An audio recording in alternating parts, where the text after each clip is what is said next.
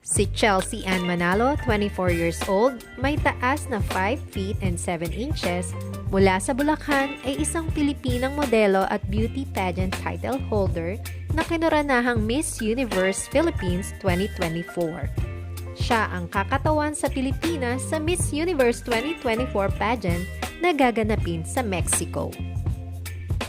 Siya ang unang kandidatang Afro-American na Pilipinang napili para kumatawan sa Pilipinas sa Miss Universe.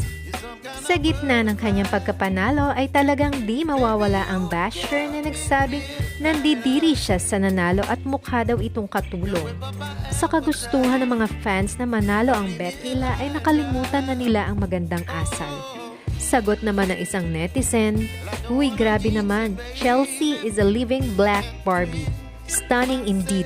Anong masasabi nyo kay Chelsea? Please comment!